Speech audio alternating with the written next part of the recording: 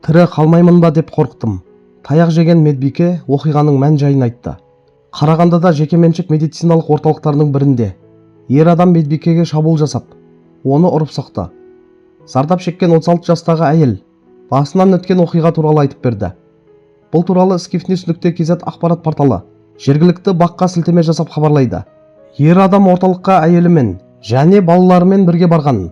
Оның жұбайы маммолық дәрігердің қабылдауынан шыққан. Кейін ер адам медбике отырған кабинетке кіруге тырысқан. Әсел Тасмағамбетова бұл қызметтік бөлме екенін айтып, ер адамның кіруіне рұқсат бермеген. Ер адам есікті күшпен ашып, оны жұлып алады. Мен тірі қалмаймын ба деп қатты қорықтым. Жерде жатқанда мені тоқтаусыз ұрып жатқандай көрінді. Жұдырық та сермеді, аяқпен де тепті. Ол аяғымен менің бетімді де мыжып жіберді. Менің балам бар, оны жалғыз асырап отырмын. Үйді көрмеймін бе деген қорқыныш болды. Орнымнан тұра алмай қаламын деп қорықтым. Ол менің шашымнан жұлып тарта бастады, деді зардап шеккен медбике Әсел Тасмағамбетова. Оның айтуынша ер адам оны 8 минут бойы ұрған. Құрметті көрермендер, бұл жаңалықты оқығанда денем түршігіп, көзіме жас келді. Әсел Тасмағамбетованың бастан өткергенін сөзбен айтып жеткізу мүмкін емес. Өзінің жұмыс орнында өз міндетін атқарып отырған жай ғана әйел, ана, аяусыз соққыға жығылған екен.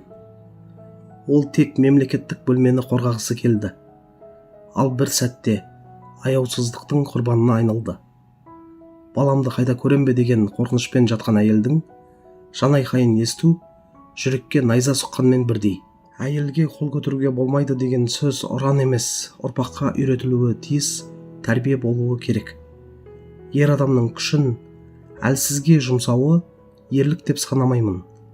Керісінше, біз әйелдерді қорғауымыз керек, аялауымыз керек. Бұл тек Әселдің емес, әрқайсымыздың жанайқайымыз. Бұл оқиға жазасыз қалса, келесі Әсел өзіңіз не жақыныңыз болуы мүмкін. Сондықтан да заңның үстемдігіне сенім артамыз.